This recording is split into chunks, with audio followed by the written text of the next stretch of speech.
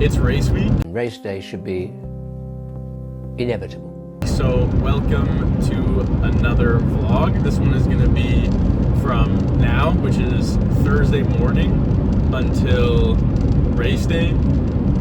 It may include the race and after the race, or it might just be up until the race. But for now, right now, I am on the way to Ottawa, so I'm driving. I'm gonna go straight to registration, get all my stuff, and then go to where I'm staying, kind of unpack, settle down, go on a shakeout ride. Following that, I also am gonna go to the athlete orientation this afternoon so that I can just get that out of the way. And then I can also kind of plan in my head what I'm going to be doing race day, race morning, all that kind of stuff. And then it's really just chilling, eating carbs, and I'm going to try to remember. I'm gonna do everything I eat on Friday, which is going to be a big day of eating. I'm probably going to go like 800 or 900 grams of carbs. Yeah. Okay. Really? Fatty. And then Saturday is going to be a little bit less than that, but still a lot of carbs. And Sunday is race day, so I'll be up at the ass crack of dawn, before the ass crack of dawn.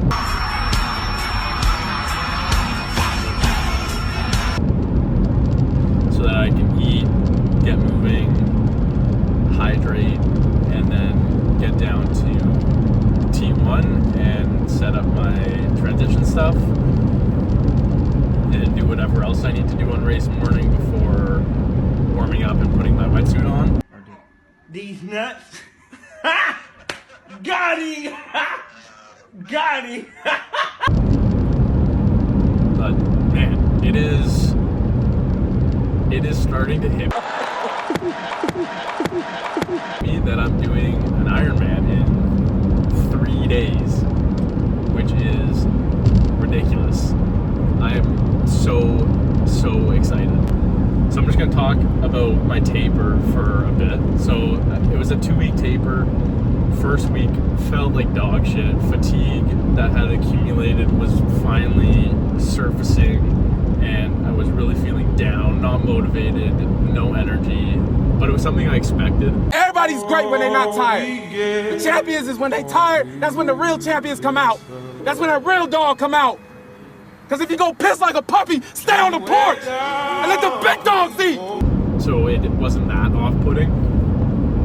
I think I bounced back pretty good. I really focused on some recovery and still hitting the essential workouts. And then this week, my energy has started to come back. I've slept really well for the last week. So I'm really stoked about that, because I think today moving forward, my sleep is going to be kind of dog shit, because I'm going to be way too stressed and anxious and excited for race day. But one other thing that I did, or a couple things that I did, I reduced my training volume and intensity based on my TSS. So first week was about 70%. I was aiming for 75, but it ended up being 70 at the end of the week, which is totally fine. So it was about 700 TSS. And then this week, aiming for about 50% of my average TSS, which is about 550, but it'll probably end up being closer to 400, which again is totally fine, because I'm hitting short, very quality sessions where it's pretty much warm up, race pace, warm down, and man, my energy is coming back, my legs feel snappy, and I feel really antsy. Another thing that I think has made a huge difference is I've decreased my caffeine intake, and I've cut it off at noon. So I limit myself to 2 cups a day of coffee, which is about half or less than half. Julian! I don't know where I felt like I get a little drink around here, do you, bud? Of my typical consumption. But enough that I'm not getting like any withdrawals or headaches or anything.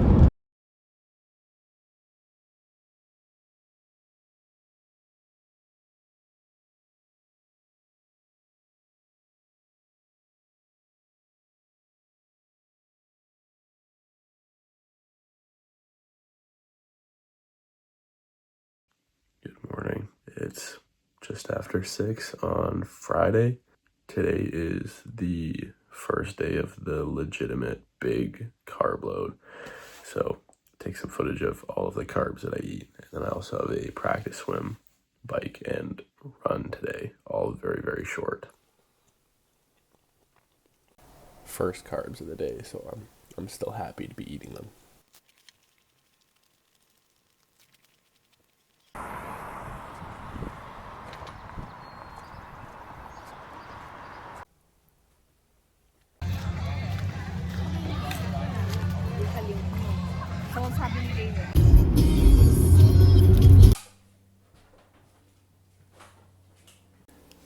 It's 10 o'clock, already 400 grams carbs deep, and one swim done. All right, did a little 30-minute shakeout ride. Now I'm gonna go walk around briefly to move the legs, and then eat some more carbs.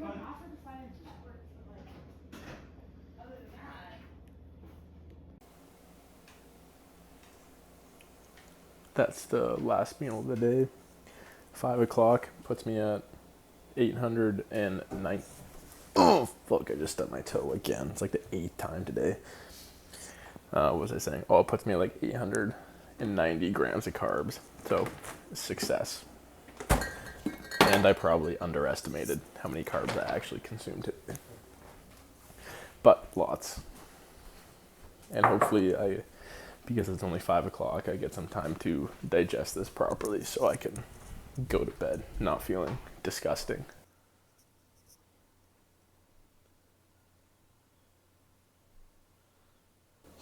Saturdays were one day out from race day, and I'm super excited right now, but we got a lot on the plate today. So obviously a lot of carbs literally on the plate, but also prepping all my transition bags and bringing them to transitions, and then bringing my bike to transition, getting a shakeout ride before that, maybe a shakeout run. Right, run transition bag, obviously shoes, liter water bottle, belt. I got 3 gels in there, another bunch of gels in there for my tri-suit, hat, sunnies, extra socks in case my other socks get soaked through on the bike. This is my bike transitions, just gels, caffeine.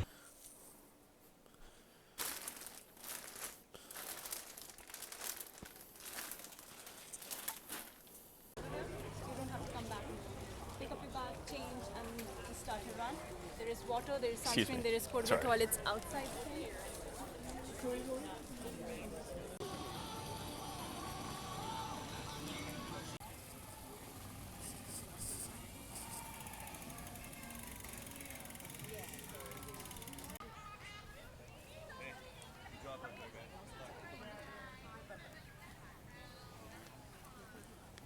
Frosting with a small portion. Okay, they're like I would imagine. orange cranberry. It is game day.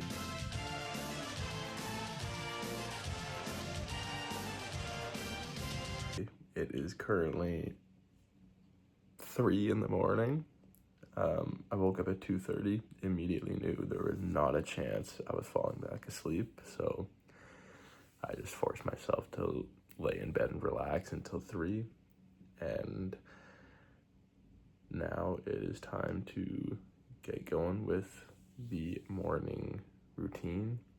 So today, on race day 1, I got Nomeo shot, and then lots of electrolytes.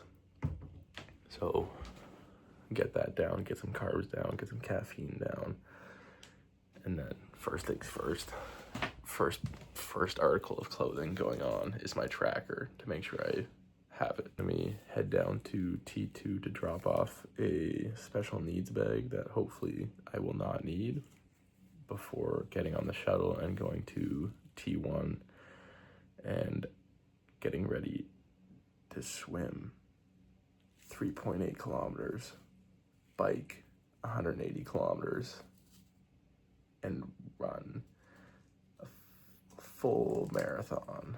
This day's gonna be so much fun. I cannot wait to get started. Pre-game breakfast.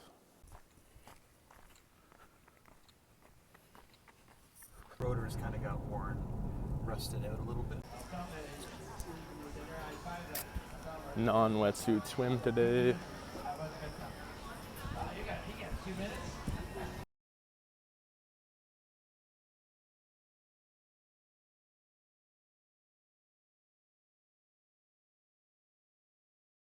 Okay, here's my recap from the swim.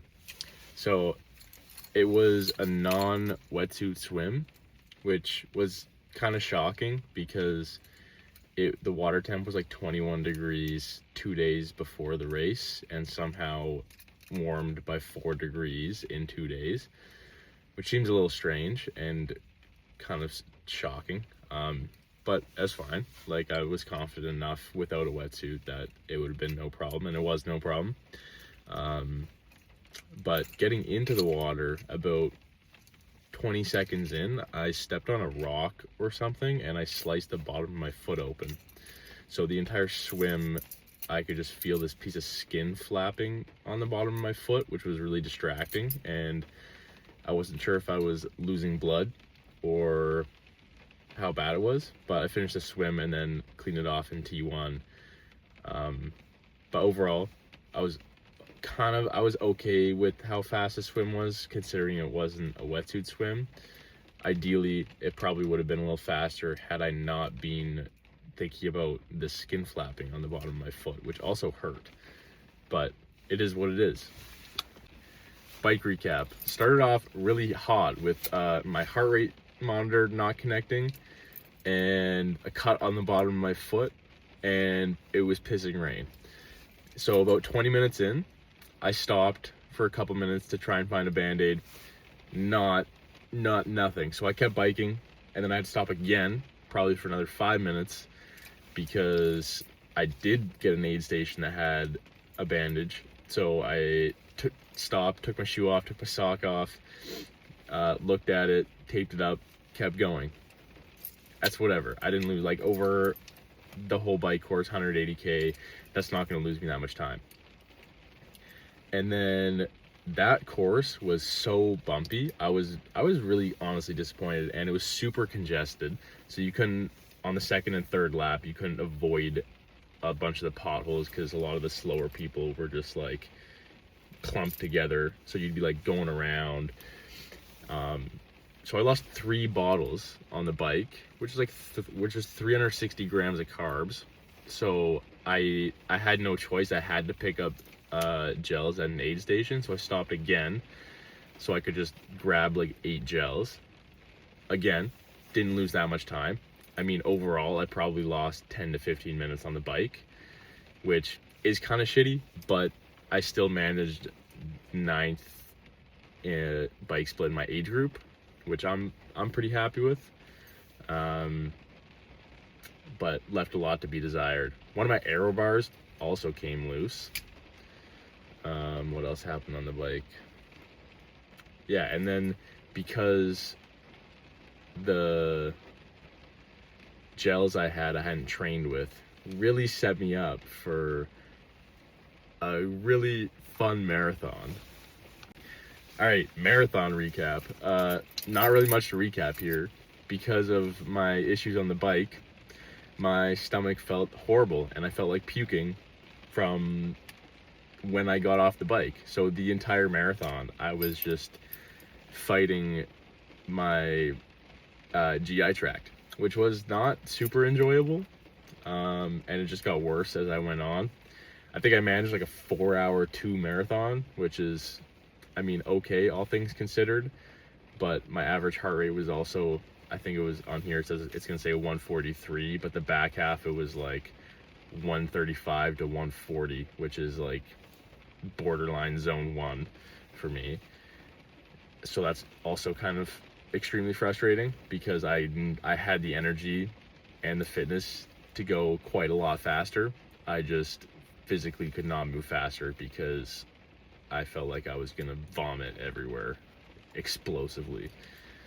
But I didn't vomit and I finished still, so I'm happy with it. First Ironman, lots went wrong, lots to learn, and I think my overall time was a 10:14:50, which for a first Ironman is pretty solid, and especially because I lost 15 to 30 minutes from these things that I couldn't really control. But next time I will force myself to be able to control them. And Big Doug. It's like 3 weeks after the Ironman now. I think it's, 3 weeks, 2 days post-race.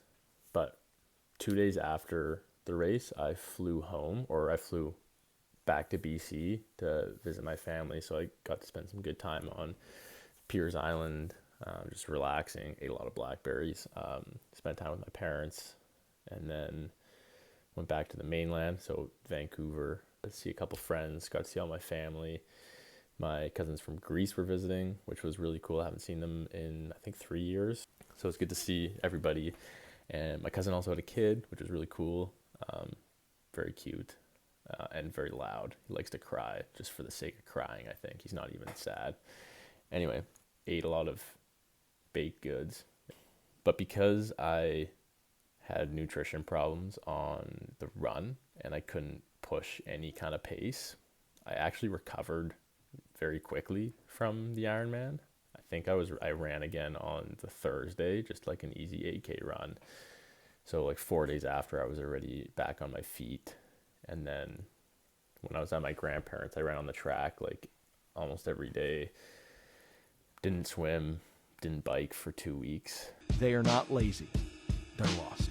Lazy's a symptom. The source of the laziness is they're lost. But it did kind of, like, reflecting on how poorly or like how unlucky I was during the Ironman. Stop feeling sorry for yourself, okay? Because I do not associate with people that blame the world for their problems, because you're your problem, Annie, and you're also your solution.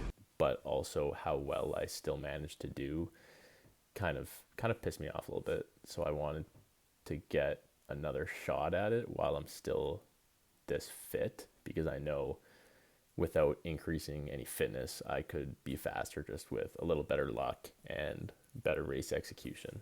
So I was looking at races, and coincidentally, Coincidence? I think not. There is a half Ironman distance triathlon on September 20 in Niagara, which is where I will be living. Right now I'm in North Bay because this is where I did my undergrad and it's where I trained all summer and worked technically. I'm moving tomorrow to St. Catharines because I'm going to grad school at Brock University, which is a Master's of Science in Kinesiology. I'll be in an environmental ergonomics lab. I'm super excited for that, and I think it'll be very, very busy. So I figured I may as well crank another try now. Looking back at Ironman Ottawa, even while I was doing it, I knew I was having fun, which doesn't get talked about enough. And I think that is why it's something that I can see myself doing for a long time and becoming hopefully decent at as a age grouper. Someone said this to me before. Matthew, you're so full of yourself. And I, with that thinking, I was like, well, who else am I supposed to be full of? Obviously, I am nowhere near a professional level or probably will ever get there. But as an age grouper, I think that I could be competent. Now that I've done one, I think that laying out goals is more realistic. Like obviously for Ironman Ottawa, I had goals. So depending on who I talked to, if I didn't really know someone and they just knew I was doing an Ironman, I just said I wanted to finish it. If they asked for a time, I said, sub 12 would be sick. If they knew me a little bit, I would say sub 11. But for the few of you who I'm close with and talked a lot about training with, you knew that I wanted to go sub 10. And I did not do that. From the moment I started rolling my dad's tube socks, I was 14 minutes and 50 seconds off, which is a little frustrating knowing that I probably lost at least 20 minutes because of the luck that I had. And I caught the knee like that, and the knee hit me right in like it dug into my elbow, like the funny bone in my elbow, and I couldn't extend my arm. But also, you can't expect to get perfect luck in an Ironman. So that just means that, one, I might just get better luck next race at the same fitness, or two, if I don't get better luck, I need to raise the floor, which I don't think is talked about enough. And I briefly talked about this with one of my friends recently, Justine, shout out if you're watching this, that in sport, and I think especially in aerobic sport where it's an individual sport, the ceiling gets talked about a lot, and you want to optimize your ceiling around your competition, which obviously you do want to do, but there's so many external variables that come around and influence performance in your taper, in your carb load, in performance, in sleep, in all these other factors that will limit you from getting to that ceiling. So I think it's almost more important to raise the floor. Obviously I want to raise the ceiling, like that would be sick, but I think that over a longer distance, or even in any individual sport, raising the floor is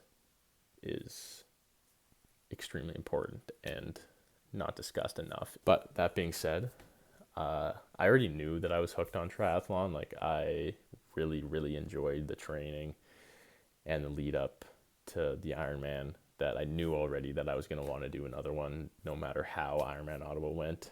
And I do want to do another one. I want to do a lot more, and I want to do them faster, and I want to bike harder. I want to put out more watts, and I think that I'm gonna do that. I think I just gotta big dog that shit. Again, to recap, I loved it and I highly recommend. Looking forward, I have 3.5 weeks until my next race. And another shout out to Josh Witt. While he helped me a lot in my training leading up to the Ironman, I still did a lot. I still did all of like the sessions and created all the sessions and programmed them.